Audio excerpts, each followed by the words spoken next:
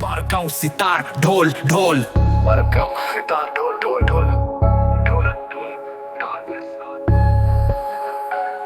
मत तो समझो ये ना देवता ना शैतान, खरबों न्यूरॉन्स का जाल, केमिकल का तूफान। तू कहता मैं सोचता हूँ, यही सबसे बड़ा झूठ। सोच तो केमिकल धारा प्रकृति का एक रूट। पाल सैनी वन मुक्ति का द्वार, निष्पक्ष होकर देख ये सब खेले तेरा प्यार। गुरु ग्रंथों का प्रपंच, वेद पुराण गीता गुरुवाणी के ब्रह्म शब्दों के पिंजरे में कैद तेरी आत्मा। मुक्ति का झूठा वादा, मोक्ष का फंदा, गुरु तो खुद अज्ञानी बेचता भवसागर का किनारा। सुन ये गीत भी कचरा सुनकर फेंक दो, खुद में डूब जाओ, बस इतना संदेश है।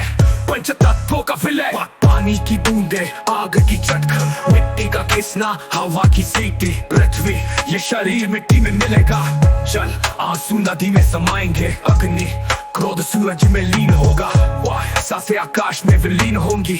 आकाश विचार शून्य में विसर्जित, बचा केवल शुद्ध शून्यता।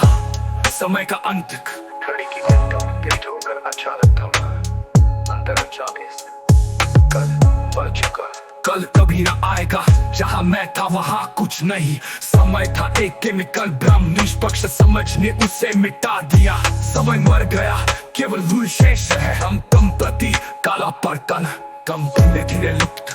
अंतिम उच्चारण गीता गुरुवाणी के ब्रह्म शब्दों के पिंजरे में कैद तेरी आत्मा। मुक्ति का झूठा वादा, मोक्ष का फंदा, गुरुति का झूठा वन, गुरुति का दो। अंतिम 5 मिनट काला पर्दा, वक्त प्रतीक दिखाए फिर उसे भी काट कर दे डाउनलोड। ये रचना श्रवण मात्र के लिए है, शिरोमणि का अंतिम सिद्धांत। इस गीत को सुनने के बाद इसे भूल जाओ, रामपाल सैनी को भूल जाओ। जो शेष रहे वही निष्पक्ष समझ है, कृति के संगीतमय नियम, सिद्धांत क्रियान्वयन, प्रतीकात्मकता, मिट्टी का घिसना, हवा की सीटी। पृथ्वी सर्जन मिट्टी में मिलेगा, जल आंसू नदी में समाएंगे। अग्नि क्रोध सूरज में लीन होगा, सांसें आकाश में विलीन होंगी। आकाश विचार शून्य में विसर्जित। तुझा घड़ी की ताक तेज होकर अचानक घबरा बचा पेश करता। सभी धारणाओं का त्याग, मौन की शक्ति, बीच पूर्ण निस्तब्धता, मन के विलय का क्षण।